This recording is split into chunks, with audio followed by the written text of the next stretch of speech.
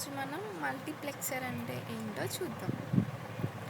ఈ మల్టీప్లెక్సర్లో 2x1, 4x1, 8x1 ఇవన్నీ నేను ఈరోజు ఎక్స్ప్లెయిన్ చేస్తా.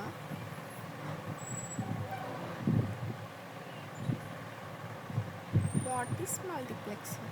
A multiplexer is a combinational circuit that selects one of many input lines.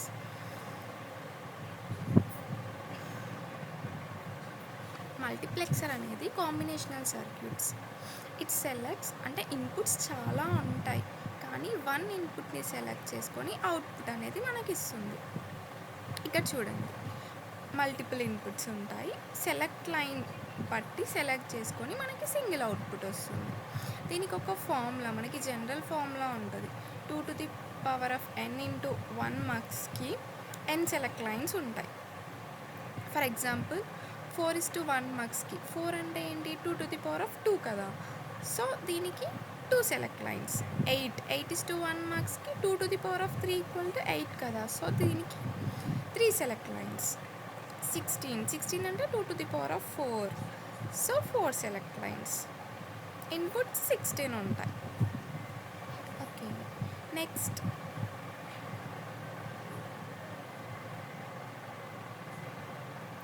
2:1 mux. 2:1 mux అంటే దీనికి 1 సెలెక్ట్ లైన్ ఉంటుంది, 2 ఇన్పుట్స్ అండ్ 1 అవుట్పుట్ ఉంటుంది. ఇక్కడ 2 డేటా ఇన్పుట్స్ ఉంటాయి, 1 అవుట్పుట్ అంటే 1 సెలెక్ట్ లైన్ అండ్ 1 అవుట్పుట్. ఇక్కడ బూలియన్ ఎక్స్ప్రెషన్ S⁻I0 + SI1. ఇక్కడ truth table చూసుకోండి. S=0 ఉంటే Y I0, S=1 ఉంటే Y I1 వస్తుంది. Based on select input output అనేది వస్తుంది మనకి. This is the block diagram అన్నమాట. నెక్స్ట్ ఇవి ఎక్కువ ఎక్కడ యూజ్ చేస్తామంటే data selection in buses, CPU instruction routing, memory address selection, communication channel switching, ఇక్కడ బాగా యూజ్ చేస్తామన్నమాట. నెక్స్ట్ దీని యొక్క కోడ్ చూద్దాం మనం. వెరిలాగ్ కోడ్ 3 మెథడ్స్లో రాయొచ్చు మనం, ఇంకా వేరే మెథడ్స్లో కూడా రాయొచ్చు. ఫస్ట్ ఇదేంటి మనకి తెలుసు కదా, కండిషనల్ ఆపరేటర్. ఇఫ్ S=0, 0 అయితే I1 వస్తుంది, S=1 అయితే I0. సారీ S=1 అంటే ట్రూ కదా, ట్రూ అయితే ఫస్ట్ ఎక్స్ప్రెషన్, ఫాల్స్ అయితే సెకండ్ ఎక్స్ప్రెషన్. ఇక్కడ మీకు ఎక్స్ప్రెషన్ చూపిస్తా. S⁻I0 + SI1. సో S=0 అంటే I0, S=1 అంటే I0, S=1 అంటే I1, S=0 అయితే I0. అంటే if true first condition, if false second condition. So అది డాటా ఫ్లోలో ఇలా రాస్తాం మనం. నెక్స్ట్ ఇఫ్ ఎల్స్ అంటే ఇఫ్ S=0, 0 అయితే I0 వస్తుంది కదా, అదర్వైజ్ 1. నెక్స్ట్ థర్డ్ ఏంటి, కేస్ మెథడ్ రాసినప్పుడు కేస్ ఇక్కడ సెలెక్ట్ లైన్ అనమాట. సెలెక్ట్ లైన్ ఏంటో మనం ఇక్కడ S అది రాయాలి. నెక్స్ట్ 1 బిట్ బైనరీ 0 ఉంటే I0, 1 ఉంటే I1. ఇది ఈజీ మెథడ్ అనమాట. మనం మక్సెస్ అలా యూజ్ చేసినప్పుడు ఇలా యూజ్ చేయడం బెటర్.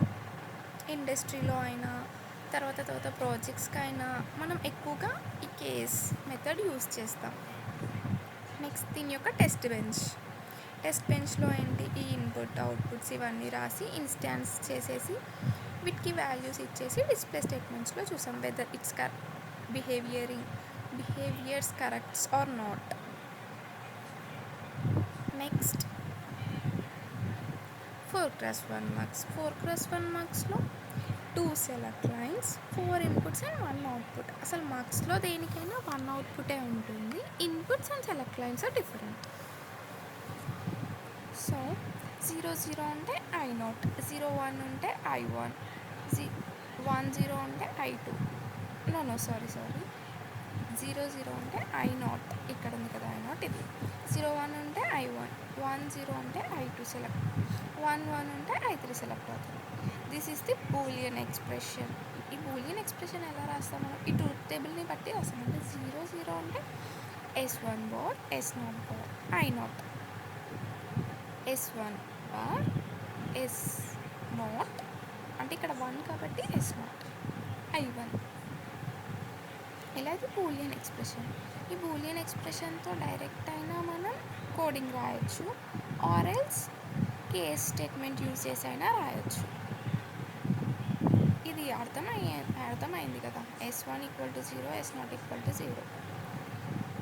0 0 అయితే I0 సెలెక్ట్ అవుతుంది, 0 1 అయితే I1, 1 0 అయితే I2, 1 1 అయితే I3.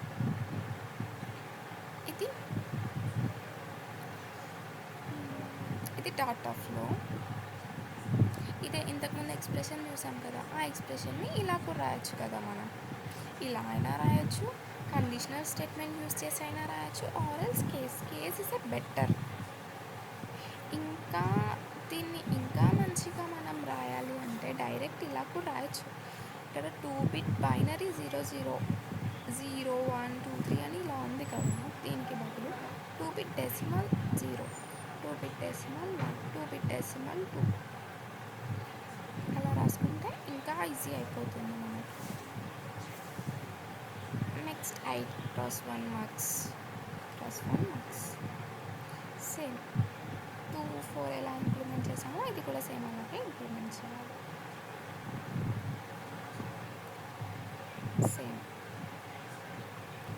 ఇంతకుముందు మీకు ఒకటి చెప్పాను కదా, ఇప్పుడు డెసిమల్ యూజ్ చేస్తే డెసిమల్ 0 అంటే 0, డెసిమల్ 1 అయితే 1, డెసిమల్ 2 అయితే 2 అని.